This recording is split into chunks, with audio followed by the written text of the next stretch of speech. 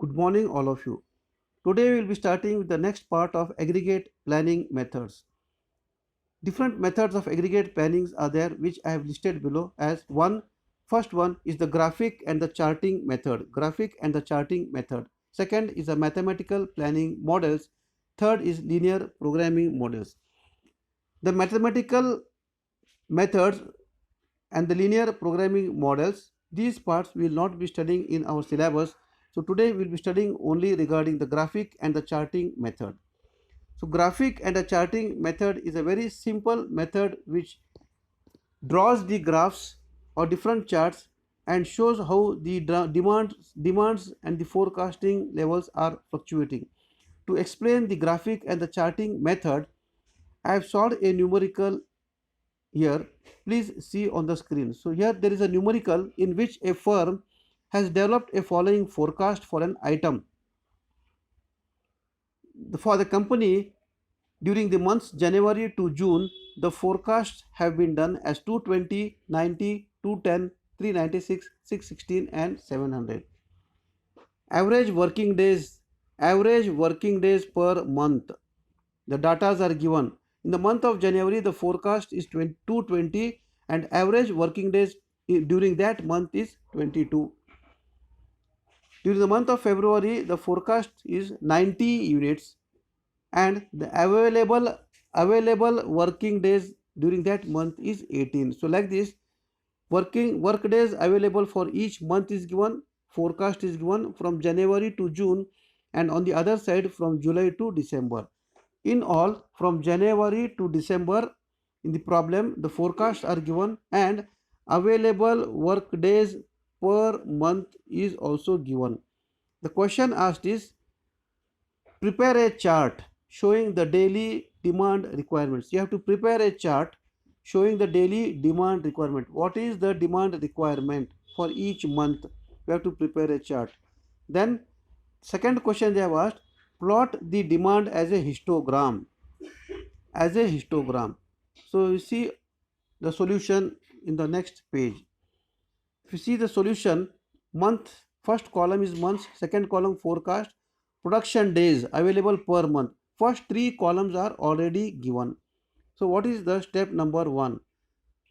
The first step to do the solution is, see here in third column number 3, production days is 22, correct? Demand per day, what is the demand per day we have to calculate. See here, the forecast we have done for the January is 220, means that many products we have to produce as per the forecast 220, and now the working days are 22, means per day we have to produce 10 units, correct? Demand per day will be 10, 220 divided by 22. The month of February the forecast is 90 and the available days in February are 18, so 90 divided by 18 will be 5. In this manner, go on calculating demand per day. If you see the next column, cumulative production days, cumulative production. So column number 3 and 5. Column number 3 is production days, column number 5 is cumulative days. So you have to do the days in cumulative. So first is 22, second is 22 plus 18, it will be 40. Third is 22 plus 18 plus 21, it is 61. So we have to go on cumulating the production days. It is the cumulative days. Now cumulative demand. What is the cumulative demand? So cumulative demand, now the demand one per day as we see is 10, 5, 10, 18, 28. So cumulative demand now will be cumulative demand just here. Column number 2, forecast of the demand 220, 90. So second column we have done cumulative and written at the last 220, then 220 plus 90 it is 310, then 310 plus 210 520, cumulative demand. So these things are calculated and then we draw a graph now. What is the average requirement which is calculated below? Average requirement is equal to total demand divided by total production days.